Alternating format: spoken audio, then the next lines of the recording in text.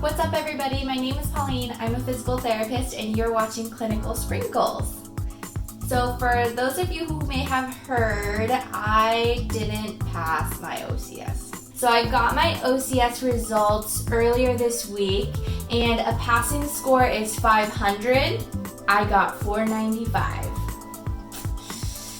So that was pretty sucky because I spent so many hours preparing for this exam. I studied to read the materials. I spent time outside of work to do quizzing sessions with a colleague of mine. I'm pretty freaking bummed. But I'm trying really hard not to let that bring me down, and so I'm trying to take my learning experience and sharing it with you all so that for those of you who plan to take the OCS or also didn't pass this time around, this video is for you all. So the OCS is a credentialing that you can get which makes you an orthopedic certified specialist. It's a very difficult exam and a very small percentage of physical therapists even go for an OCS. And so for those that actually do pursue it, it just kind of makes you stand out as a physical therapist who has furthered their knowledge, and that is kind of what I was going for. It's not that you necessarily get paid more, although some companies do pay you more to have the certification. That's not why I did it. After completing my orthopedic residency, it was kind of part of the track to do the OCS exam, and the exam is like over $1,000. So this is not taken lightly for me. I studied for the exam for probably 4 months, and this is in conjunction with working full-time and doing other projects as well. So working full-time and studying on my downtime.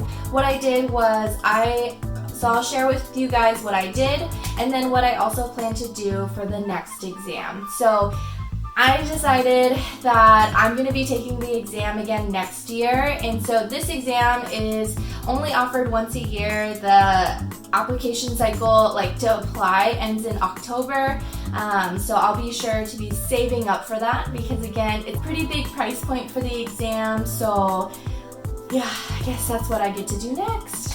Then closer towards the end of the year, you get notification that you get to sign up for your exam, and then the exam date will fall within February or March.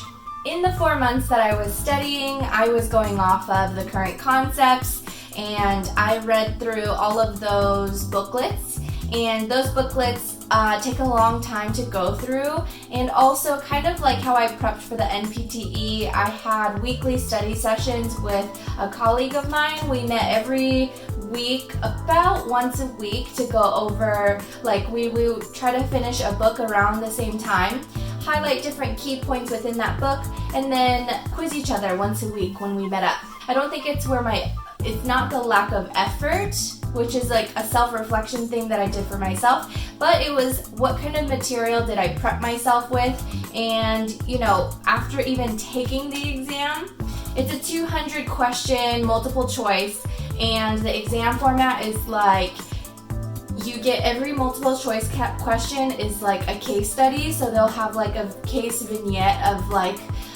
this is the demographic of the patient, this is what they're here for, and then this is your question. And there were some topics that I feel weren't really covered in the current concepts, which is kind of a bummer, but that's why I think prepping for the OCS, they encourage you to use different resources.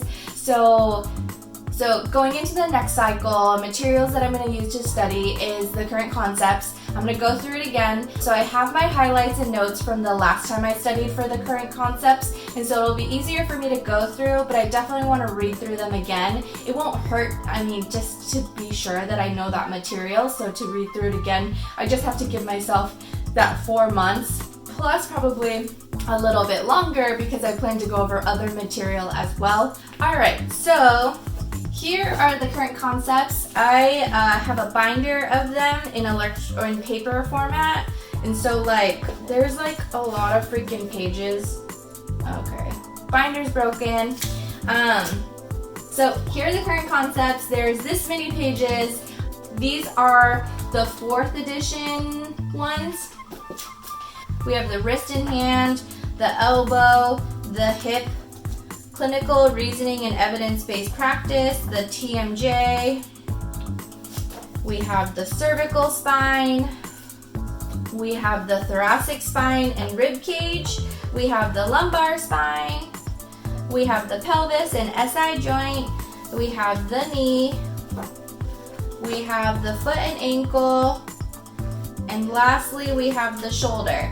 So in total, there are 12 books that I went through, and each one of these are quite a lot of pages, and of course, as you can imagine, they're really dense pages as well with not a lot of pictures, although some pages have pictures. I had been recommended to go through the MedBridge online courses. I have someone who said that they didn't love the MedBridge online courses, but they do cover some of the topics where when I was taking the exam, I felt like it wasn't covered in the material that I had studied out of. So I'm gonna go through the current concepts again, and then I might take a look into the MedBridge online course that they have. And then another book that was recommended is called Orthopedic Secrets. I will link that below so that you guys can find that as well. But that's another short-ish book that I could read into and add to my curriculum or study.